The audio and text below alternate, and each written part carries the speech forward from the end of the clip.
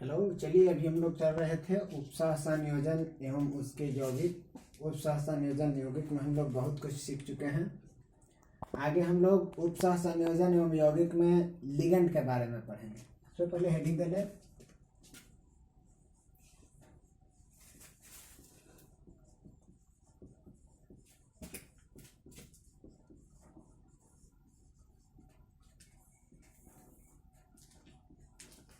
एक बार फिर से आप लोगों को बता दें कि जो भी स्टूडेंट नए हैं, जो भी विद्यार्थी नए हैं, वो चैनल को सब्सक्राइब कर लें ताकि हमारा वीडियो कोई भी डला या अपलोड हो तो आपको नोटिफिकेशन उसका मिल जाए। इस चैप्टर को हम लोग बारीकी तरीके से कर रहे हैं, धीरे धीरे कर रहे हैं, समझते हुए कर रहे हैं। बार बार हम बोलते हैं कि हमारे बच्चे जितने भी एक्सपर्ट ग्रुप के हैं या एक्सपर्ट क्लासेस के हैं या अदर भाई हैं, उनको अगर कहीं कोई भी दिक्कत होती है, परेशानी होती है तो कमेंट बॉक्स में पूछ सकते हैं, या जो कोचिंग के स्टूडेंट हैं वो अपना कोचिंग में आकर के पूछ सकते हैं, डाउट क्वेश्चन कर सकते हैं। क्योंकि क्लास लंबी अवधि तक बंद है, इसीलिए हम लोग उपसह संयोजन यौगिक में उपसह संयोजन यौगिक क्या है, किसे कहते हैं, ये पढ़ चुके हैं। उपसह संयोजन यौगिकों का निर्माण कैसे होता है ये भी जान चुके हैं। उपसह संयोजन यौगिक में हम लोग जटिल यौगिक के बारे में भी पढ़ चुके हैं, कॉम्प्लेक्स आयन पढ़ चुके, संकुल आयन पढ़ चुके हैं, संकुल आयन पर उपस्थित आवेश के बारे में भी जान चुके हैं। इसके बाद हम लोग केंद्रीय धातु परमाणु भी जान चुके थे, केंद्रीय उसका ऑक्सीकरण संख्या भी निकालने के लिए सीख गए हैं। आगे अब हम लोग इसका IUPAC नामकरण करेंगे, और IUPAC नामकरण करने से पहले एक छोटा सा टॉपिक है जिसको हम लोग कहते हैं लिगेंड। क्या कहते हैं? लिगेंड। क्योंकि ये लिगेंड क्या है, ये किसको कहते हैं लिगेंड, तो सबसे पहले हम इसके बारे में लिख लेंगे। लिखेंगे, सब कोई कॉपी निकालेंगे, लिखेंगे लिगेंड, लिख के डैश देंगे। सबसे पहले लिखेंगे लिगेंड क्या है या किसे कहते हैं, या डैश दे दे, ज़्यादा अच्छा रहेगा। लिखेंगे संकुल आयन में, संकुल आयन में, धीरे धीरे बोलेंगे, आराम से लिखेंगे। संकुल आयन में केंद्रीय धातु परमाणु, केंद्रीय धातु परमाणु या आयन, केंद्रीय धातु परमाणु या आयन के साथ संयोजित उदासीन अणु या जुड़ा हुआ उदासीन अणु, संयोजित मतलब जुड़ा हुआ, उदासीन अणु ऋणायन या धनायन, ऋणायन या धनायन, ऋणायन या धनायन, ऋणायन या धनायन लिगेंड कहलाता है, लिगेंड कहलाता है।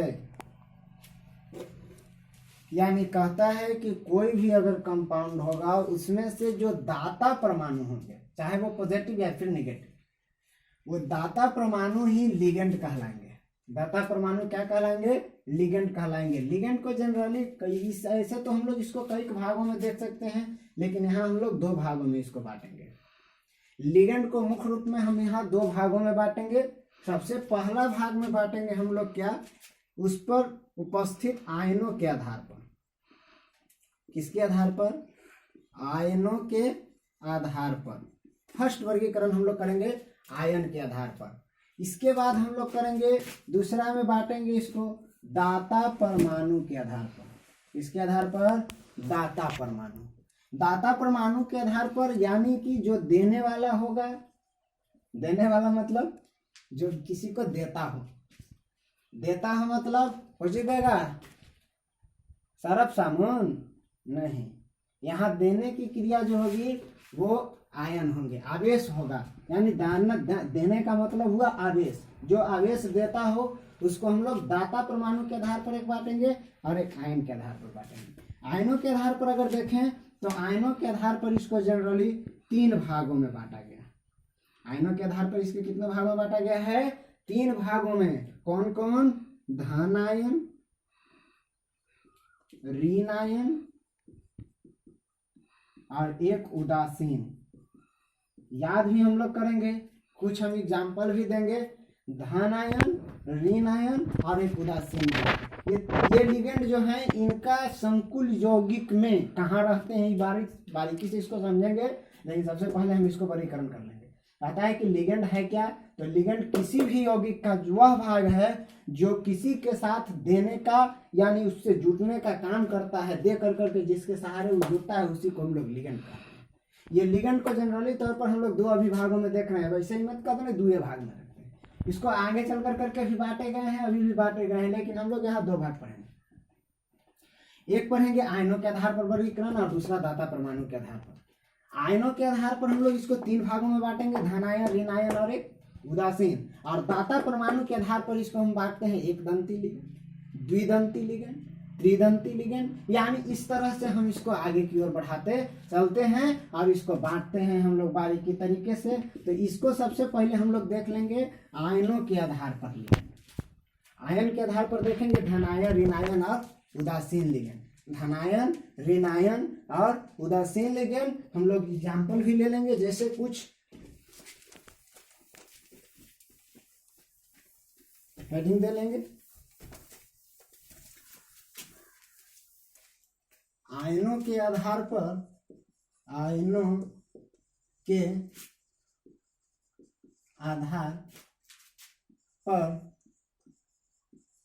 लिगेंड का वर्गीकरण।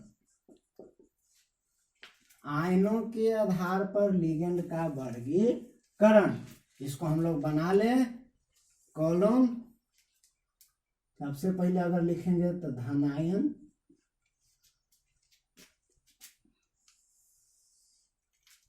इस तरह से बना लेंगे कॉलम, इस तरह से बना करके तीन कॉलम बनाएंगे। सूत्र, नाम और दाता परमाणु क्या है ये हम नहीं निकालेंगे। कैसे निकालेंगे हम लोग बाद में सीखेंगे। दाता परमाणु यानी कौन देने वाले होंगे, जो लिगेंड होंगे उनमें देने वाले कौन होंगे, ये हम लोग भी देख लेंगे। सबसे पहले हम लोग धनायन में चलेंगे। तो धनायन में हम लोग सबसे पहला अगर चलते हैं तो बात करेंगे तो धनायन का, तो लिखेंगे NO प्लस, इसके बाद Br प्लस। अब इसका नाम क्या है, तो इसको बोलते हैं नाइट्रोसोनियम, नाइट्रोसोनियम।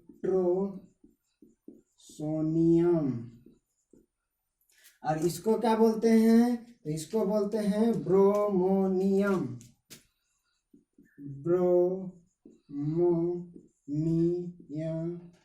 ब्रोनोनियम। अब इसमें दाता परमाणु क्या है, दाता परमाणु कौन है, कौन देंगे इसमें, तो इसके अंतर्गत इसके दाता परमाणु नाइट्रोजन होंगे और इसके दाता परमाणु ब्रोमीन। क्यों होगा यही, क्यों होगा यही, इसको क्यों नहीं कहेंगे दाता परमाणु, इसको भी कह सकते हैं हम दाता परमाणु, क्या इसको भी नहीं कह सकते हैं दाता परमाणु, भी दे सकता है, हो सकता है। ई क्यों नहीं देगा, यू क्यों देगा, अब ई क्यों देगा, ई न देगा, ई न देगा क्यों, इसका कारण कोई तो रीजन होगा। तो बारी से क्लियर करेंगे हम लोग। अभी इसको इतना ही देखेंगे, इसके बाद हम लोग चलेंगे ऋण आयन, ऋण आयन लिगेंड। ऋण आयन लिगेंड में हम लोग लिखेंगे फ्लोरो, क्लोरो, ब्रोमो, आइडो। यहाँ इसका नाम हम लोग लिखे चलेंगे साइन।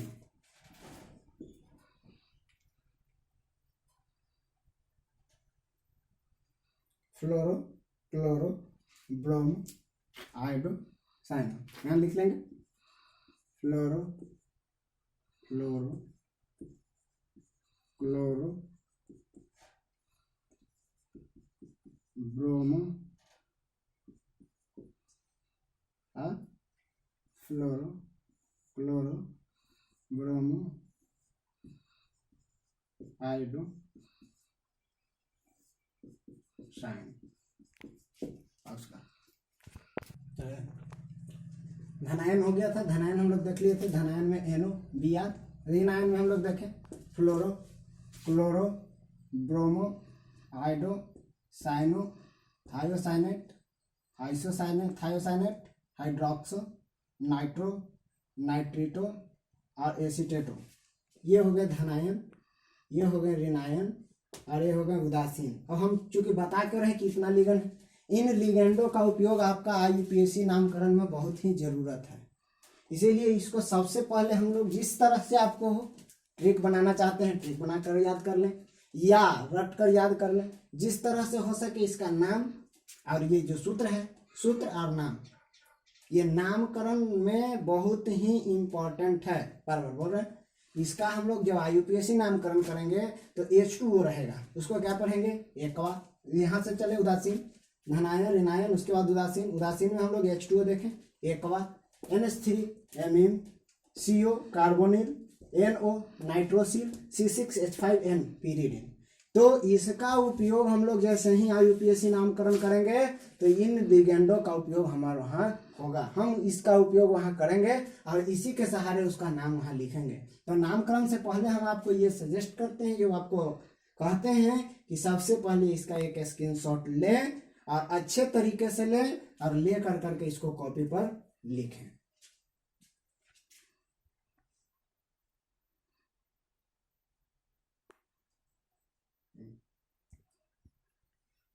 चलिए, इसके बाद हम लोग जैसे ही इसको देखेंगे तो आयनों के आधार पर लिगेंड का वर्गीकरण हम लोग देख लिए कि ये धनायन, ऋणायन और उदासीन, धनायन, ऋणायन और उदासीन के रूप में उपस्थित होते हैं। धनायन लिगेंड में भी ये दो प्रकार के दो नाम लिखे हैं, ऋणायन में तो बहुत सारा लिखे, उदासीन में बहुत सारा लिखे हैं। अब इसके बाद जो कुछ और छूट भी गया होगा उन लिगेंडों को हम लोग भी देख लेंगे, उन लिगेंडों को, लेकिन इनके सहारे हम लोग सबसे ज्यादा मेरा कारगर ये कहाँ होगा, कहाँ काम करेगा, तो जब हम IUPAC नामकरण करेंगे तो इसका संकुल यौगिकों का।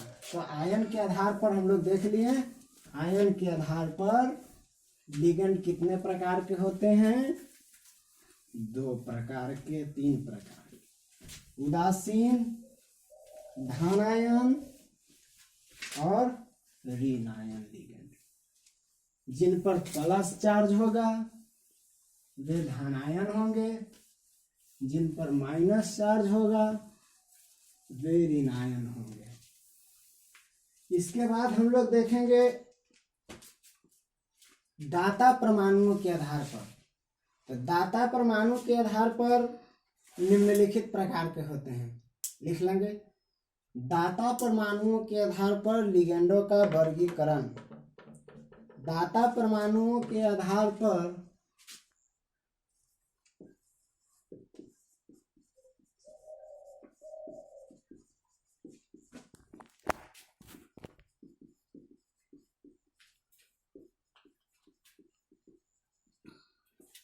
वर्गीकरण, दाता परमाणु के आधार पर लिगेंडों का वर्गीकरण लिख लेंगे। निम्नलिखित होते हैं।